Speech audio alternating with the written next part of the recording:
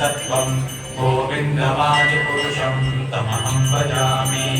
आनन्दचिन्मयरसात्मतया मनस्सु यः प्राणिनां प्रतिफलं स्मरतामुपेत्य लीलाहितेन भुवनानि जयत्यजस्रं गोविन्दमादिपुरुषं तमहं भजामि गोलोकनाम्नि जदाम्नि तले च तस्य देवी महेश हरिनामसुतेषु तेषु ते ते प्रभावनिचया विहिताश्चयेन गोविन्दमादिपुरुषं तमहं भजामि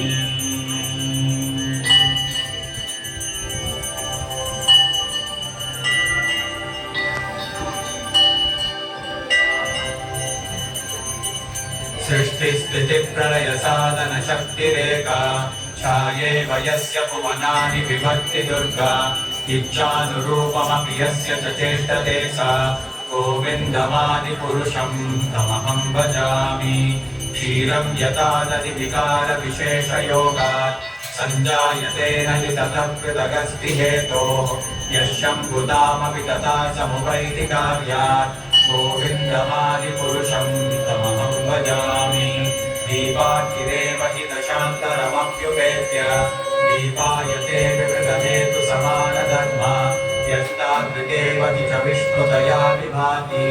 गोविन्दमादिपुरुषं तमहं भजामि यः कारणान्नवजले भजति स्म योग निद्रामनन्तजगदण्डसरोमकुम्भः आधारशक्तिमवलम्ब्य परां स्वमूर्तिं गोविन्दमादिपुरुषं तमहं भजामि यस्यैकनिश्वसितकालमतावलम्ब्य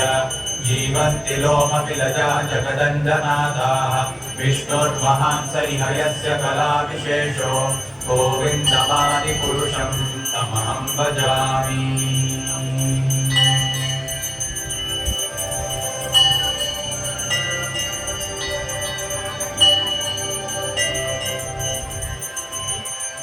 भास्वान् यथाश्वशकलेषु निजेषु तेजः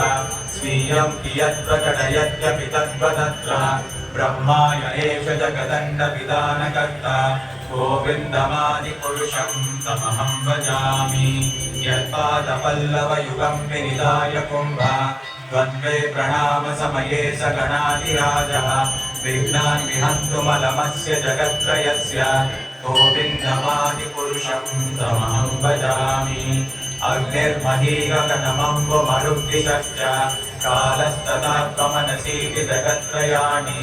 यस्मात् भवन्ति विभवन्ति विशन्ति यं च गोविन्दमादिपुरुषं तमहं भजामि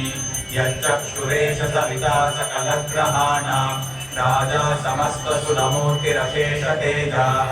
यस्याज्ञया भ्रमति संवृतकालचक्रो गोविन्दमादिपुरुषं तमहं भजामि धर्मोतपापनिचयश्रुतयस्तपांसि ब्रह्मादिकीटपतगावदयश्च जीवाः यद्दत्तमात्रविभवप्रकटप्रभावा गोविन्दमादिपुरुषं तमहं भजामि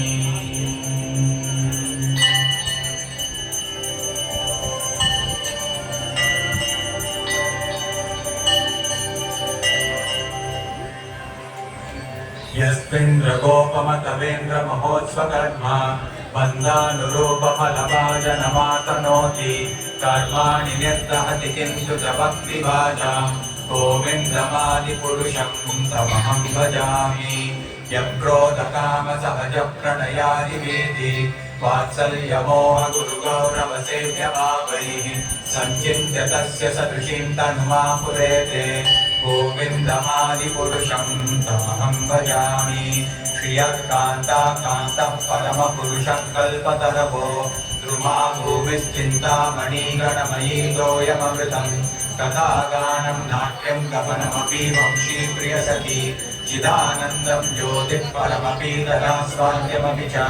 स यत्र क्षीराब्धि स्रवति सुरभिभ्यश्च सुमहान् निमेषार्धाख्योपाव्रजति न हि यत्रापि समयः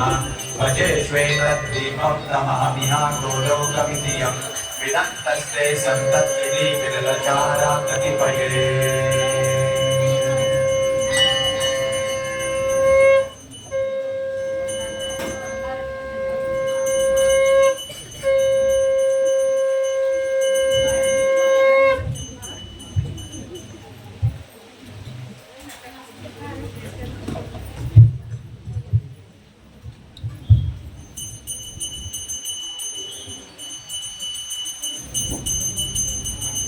ಹರೇ ಕೃಷ್ಣ